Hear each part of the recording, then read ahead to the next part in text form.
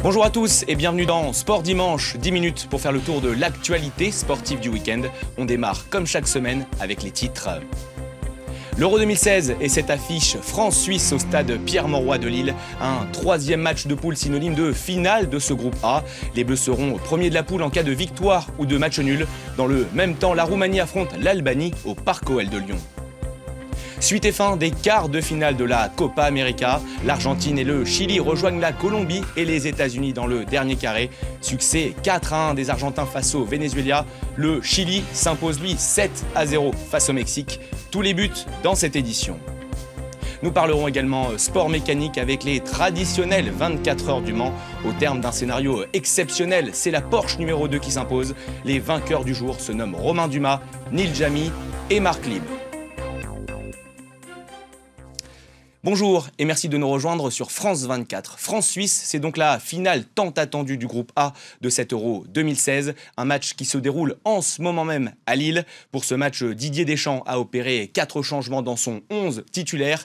Excite les Kanté, Matuidi et Giroud. Au milieu, c'est Cabaye qui est aligné en sentinelle. Devant lui, Sissoko et Pogba dans un rôle de milieu relayeur gauche. Son poste de prédilection à la Juventus Turin. En pointe, Olivier Giroud, sous le coup d'une suspension, laisse sa place à André-Pierre Gignac, le joueur des Tigres au Mexique. L'ancien Marseillais sera épaulé par Coman et Griezmann sur les côtés. Payet, vous l'avez donc compris, des buts sur le banc. Face aux Bleus, une équipe suisse dont il faut se méfier et qui a impérativement besoin d'une victoire pour choper cette première place aux Français, pour chipper, pardonnez-moi, cette première place aux Français. On écoute Didier Deschamps à ce propos.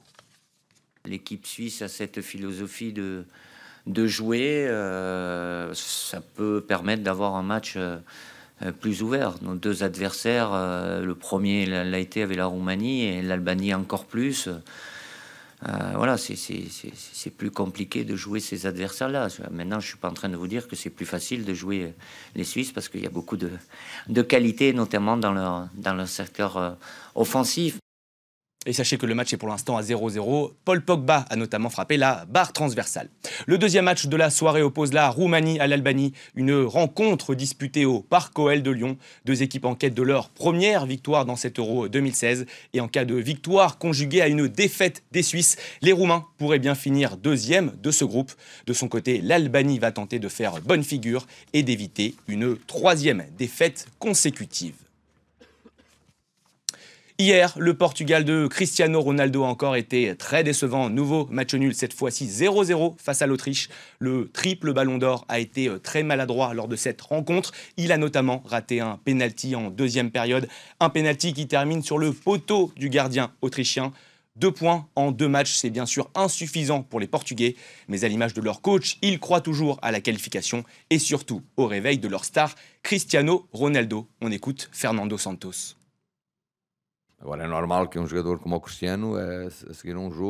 C'est normal que Cristiano Ronaldo soit triste lorsqu'il n'arrive pas à marquer.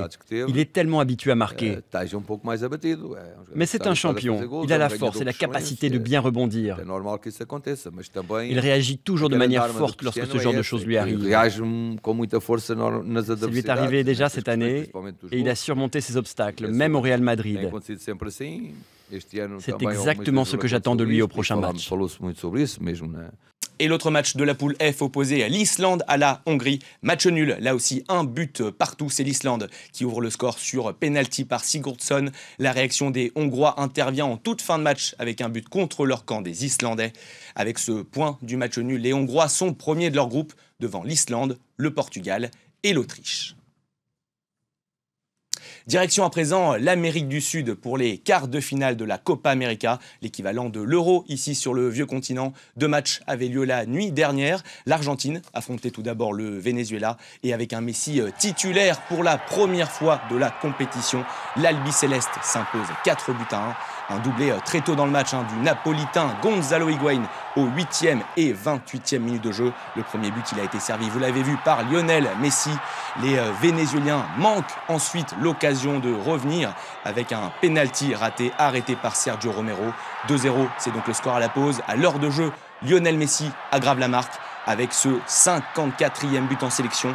Le quintuple Ballon d'Or égale le record de buts en sélection d'un certain Gabriel Batistuta. Les amateurs le reconnaîtront. Le 4e but argentin est l'œuvre d'Eric Lamela. Deuxième passe décisive dans ce match pour Lionel Messi. Côté vénézuélien, c'est Salomon Rondon qui sauve l'honneur. Voilà pour ce 4e but argentin. On va désormais écouter le capitaine argentin Lionel Messi, toujours à la recherche de son premier titre avec la sélection argentine.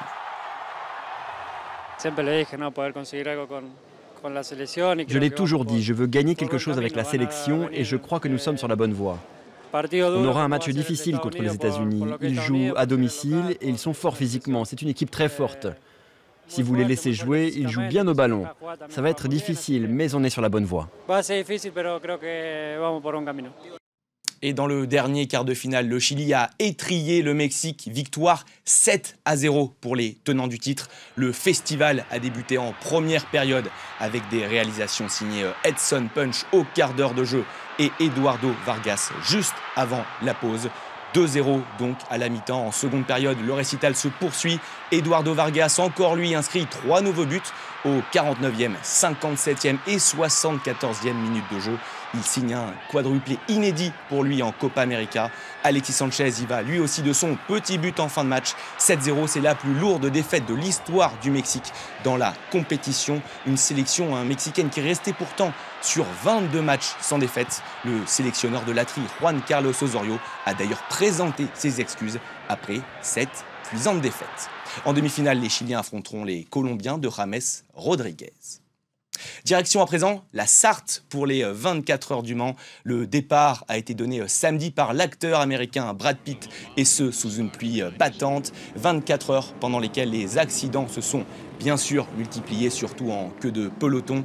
Devant, c'est la Toyota numéro 5 qui a fait presque toute la course en tête, mais à seulement 6 minutes de la fin, elle est contrainte à l'abandon côté droit de la route suite à un problème mécanique. Vous voyez cet abandon côté droit. Déception bien sûr chez les mécaniciens de Toyota. Une avarie qui fait le bonheur de la Porsche numéro 2 qui remporte donc ces 24 heures du Mans. Romain Dumas, Nil Gianni et Marc Lieb, voilà les vainqueurs du jour. Une victoire dignement fêtée sur le podium par la suite. Encore un mot de sport mécanique pour vous dire que Nico Rosberg s'est imposé dimanche lors du Grand Prix d'Europe disputé à Bakou en Azerbaïdjan. C'est sa 5e victoire cette saison. Une course relativement tranquille pour le leader du championnat du monde des pilotes. Parti en pole position, l'Allemand a parfaitement géré son avance pendant la course. Il devance sur la ligne d'arrivée Sébastien Vettel sur Ferrari et Sergio Pérez sur Force India. Au classement des pilotes, Nico Rosberg compte désormais 24 points d'avance sur son coéquipier chez Mercedes, le Britannique Lewis Hamilton. Sébastien Vettel, Kimi Raikkonen et Daniel Ricciardo complètent ce top 5. C'est la fin de cette édition. Merci à tous de l'avoir suivi. Restez avec nous, l'information continue bien évidemment sur France 24.